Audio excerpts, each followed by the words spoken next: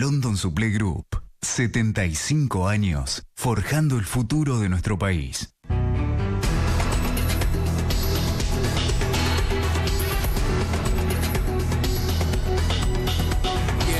como les anuncié al principio, Margarita Stolbizer.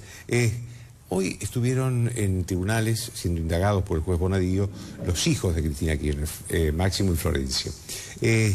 ¿Qué participación, esta es una denuncia suya, la de los sauces, qué participación tuvieron o tienen estos hijos de Cristina Kirchner en el supuesto lavado de dinero de la causa de los sauces? En la causa Los Sauces se investigan una cantidad de delitos. El lavado de dinero, sobre todo a partir de una ampliación que yo hice hace pocos días atrás respecto de la compra del departamento donde vive Florencia Kirchner. Ese departamento se compra con cedines, los cedines se compran con un cheque emitido por la sucursal Santa Cruz del Banco Nación, que en el mismo día había tenido un depósito en efectivo realizado por Cristina Fernández de Kirchner. Aparentemente, dice el propio banco, ella hizo el depósito en efectivo de 4 millones de pesos, incluso no dan ni siquiera las horas, porque es casi en simultáneo el depósito de ella con el cheque de Los Sauces. Ella deposita en la cuenta de Los Sauces 4 millones de pesos de los que no se conoce el origen.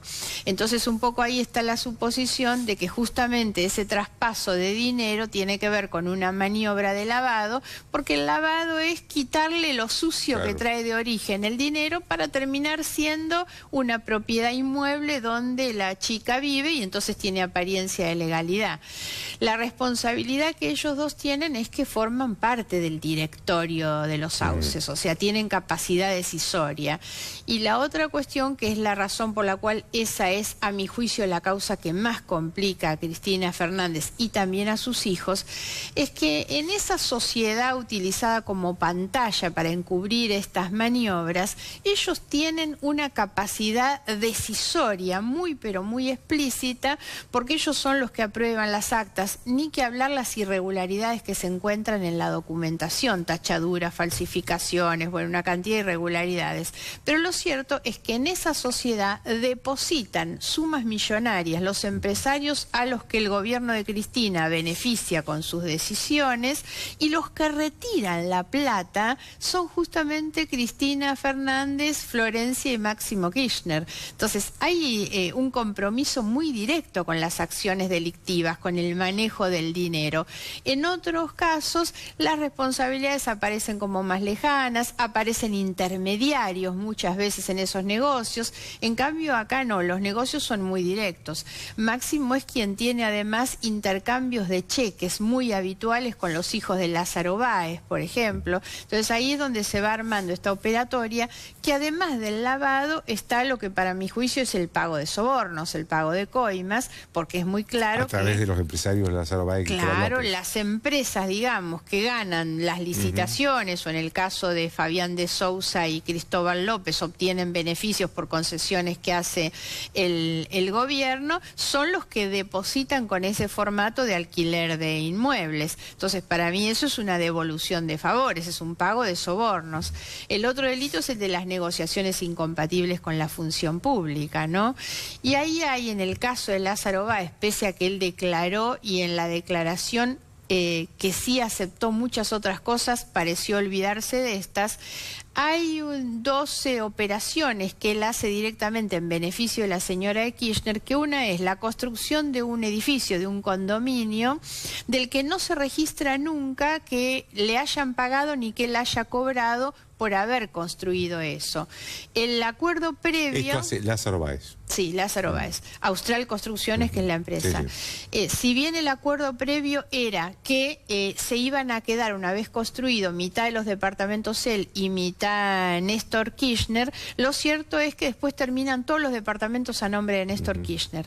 Y en el caso de Cristina Fernández, Báez construye una ampliación del hotel propiedad de Cristina Fernández, le agrega agregan al hotel spa, más habitaciones, lo agrandan, o sea que el hotel de Cristina adquiere un mayor valor dentro de su patrimonio y no hay nunca una constancia de que se le haya pagado. Se había comprometido transferir un lote de terreno y nunca se transfirió ese lote.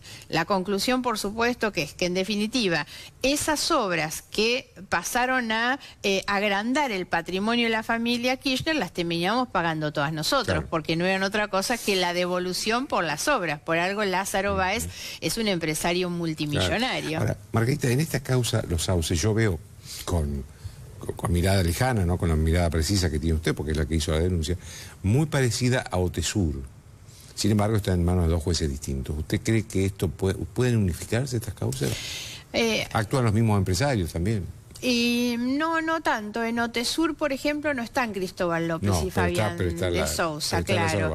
Y las operatorias son bastante diferentes. Digamos que lo que se repite en tal caso es Austral Construcciones, por ejemplo, que contrataba en el caso Otesur las habitaciones de hotel. La mecánica es algo parecida, pero la figura es distinta, los actores son distintos, las sociedades son distintas también. El Alto Calafate, que es el hotel de la familia Kirchner, tenía siempre una firma administradora. Ahí aparece la figura de San Felice como un intermediario, un testaferro también de la familia.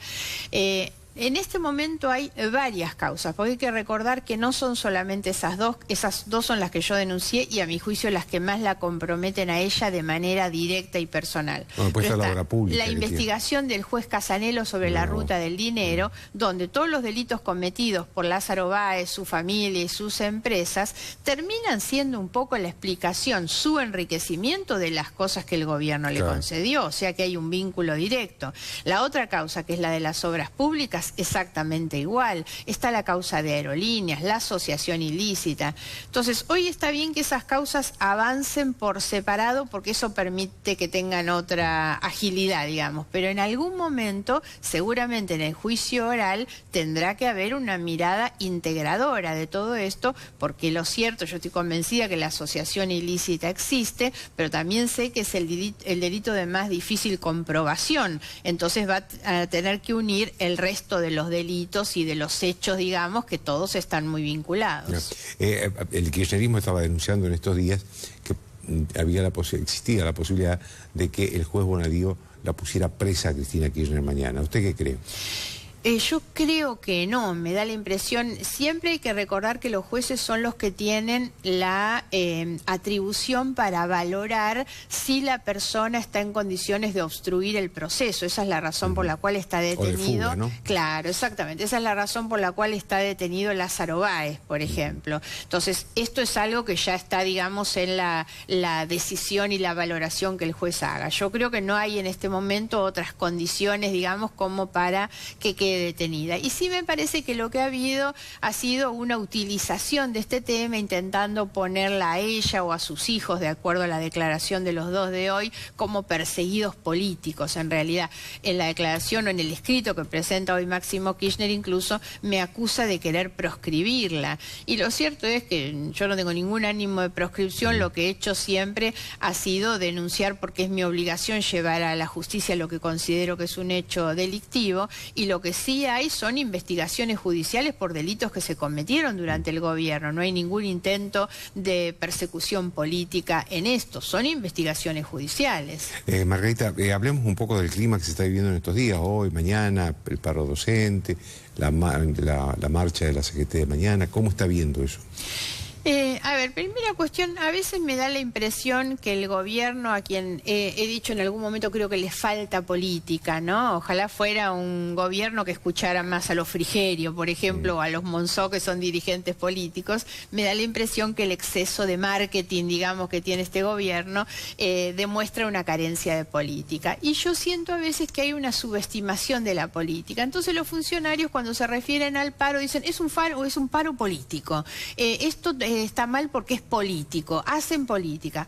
Bueno, la verdad lo primero que deberían darse cuenta es que ellos también hacen política y lo que no pueden es descalificar un paro por esa razón. En definitiva, las decisiones que cruzan nuestra vida cotidiana, cuando se fijan salarios, precios, el lugar por donde pasa el colectivo, son decisiones de la política, y lo que nosotros debemos hacer es saber que todos juegan dentro de esas reglas.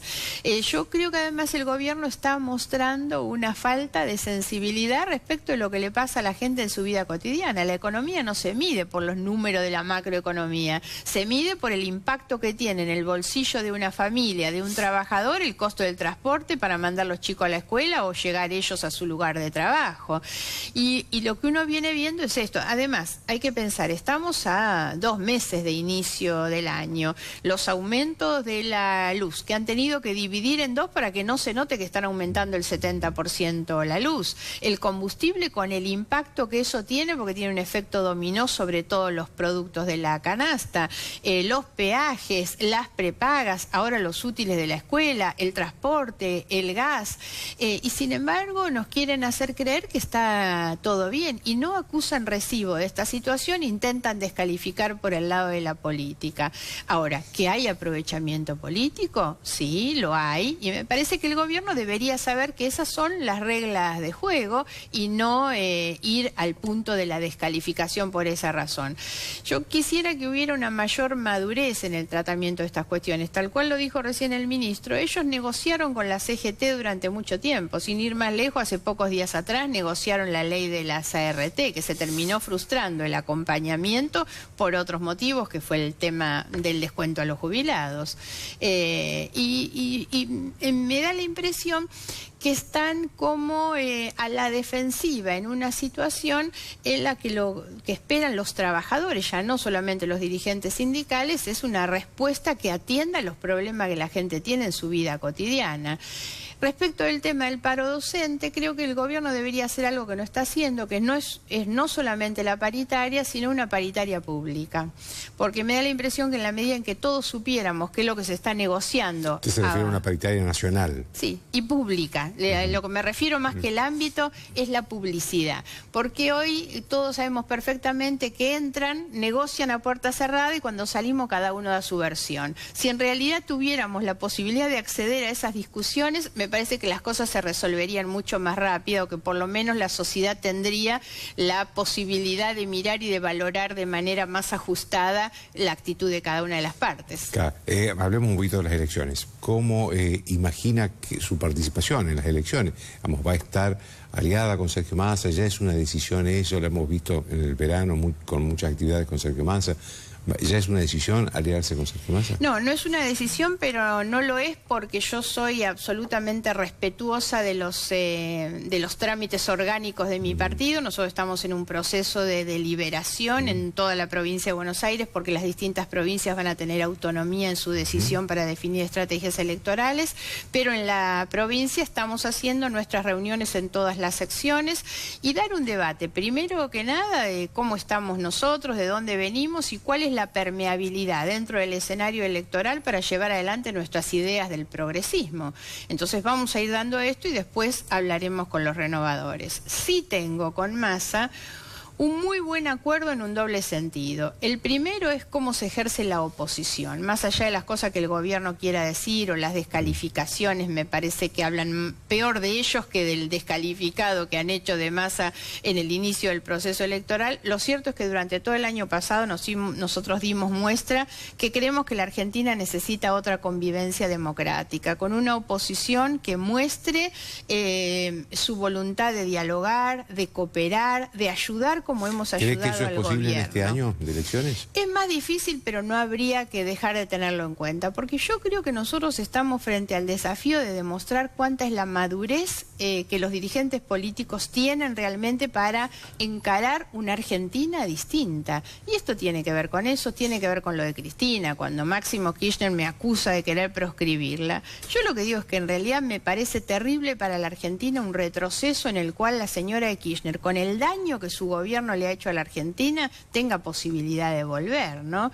Y yo siento que tenemos la obligación de mirar hacia adelante, de reconstituir el sistema de partidos políticos, una convivencia democrática, la posibilidad de enriquecernos desde la diversidad y de garantizar la alternancia. La oposición no es la que declama, es la que construye una alternativa que pueda realmente garantizar la alternancia. Y en eso coincidimos con Massa. Eso se hace colaborando, pero también marcando límites, marcando diferencias. Y eso hicimos durante todo el año.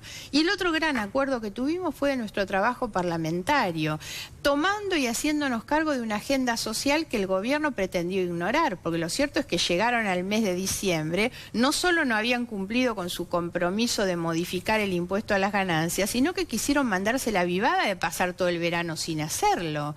Y entonces nosotros tomamos durante todo el año una agenda social que fue el impuesto a las ganancias, las pymes, los jubilados, el tema de las tarifas, el empleo en general. Y esto es un acuerdo para mí muy importante. Si eso después se traduce en una alianza de tipo electoral, lo veremos en los próximos 2 meses. Le agradezco mucho, Margarita. Gracias por la invitación. Después de la pausa, Héctor Daer.